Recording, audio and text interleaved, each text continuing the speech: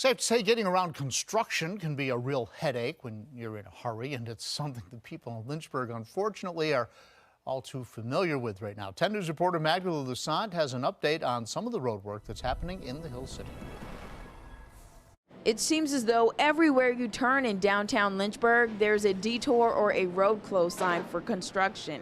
Detour takes some work, but if you just follow the sign. Rick Smith's business, Pabst Cigar Company on Main Street, is around the corner from where crews are installing new fire service lines for private companies on Church Street between 8th and 9th Streets today and tomorrow. We're a real destination place. Not a lot of other places to buy premium cigars like we have, so our guests seem to find a way.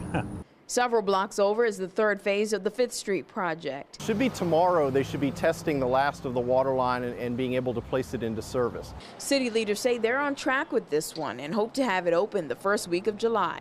Feeling pretty good. We have worked really hard, and the contractor has worked really hard and diligently to keep this project on schedule.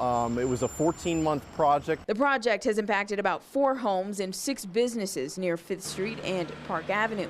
The most recent business is an auto repair shop that just opened in February. We have always been able to keep the sidewalk open in front of the business at all times. Guests want to be here. They like our businesses, and they will find a way. In Lynchburg, Magdala Lusant, 10 News, working for you.